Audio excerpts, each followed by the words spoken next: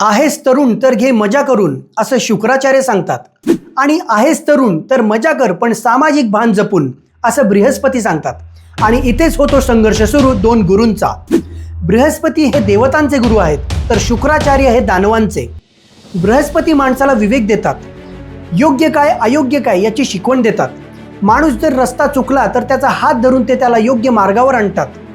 ज्ञान, संयम, नैतिकता, जबाबदारी ही बृहस्पतीची शिकवण आहे आणि जो या मार्गावर चालतो तो फक्त यशस्वी नाही तर समाजात आदरणीय बनतो। आणि दुसऱ्या बाजूला आहेत शुक्राचार्य जे दानवांचे गुरु आहेत।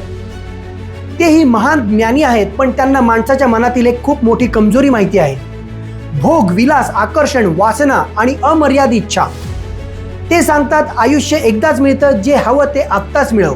आणि या मोहाच्या मागे धावताना माणूस त्याच्या मर्यादा विसरतो। सुरुवातीला ते स्वातंत्र्य वाटतं पण नंतर त्याची सवय होते, सवयीचं व्यसनात रूपांतर होतं आणि व्यसनाचं बंधन बनतं। म्हणून आज स्वतःला एक प्रश्न विचारा, तुमचे निर्णय विवेक घेतोय की मोह? तुम्ही कर्तव्याच्या मार्गावर चालला आहात की सुखाच्या मागे धावत आहात? कारण सत्य हेच आहे, बृहस्पती आणि शुक्राचार्य हे फक्त दोन ग्रह नाहीत तर या दोन विचारधारा आहेत। आणि प्रत्येक माणूस रोज या दोनपैकी एका गुरुचं नक्की ऐकतो।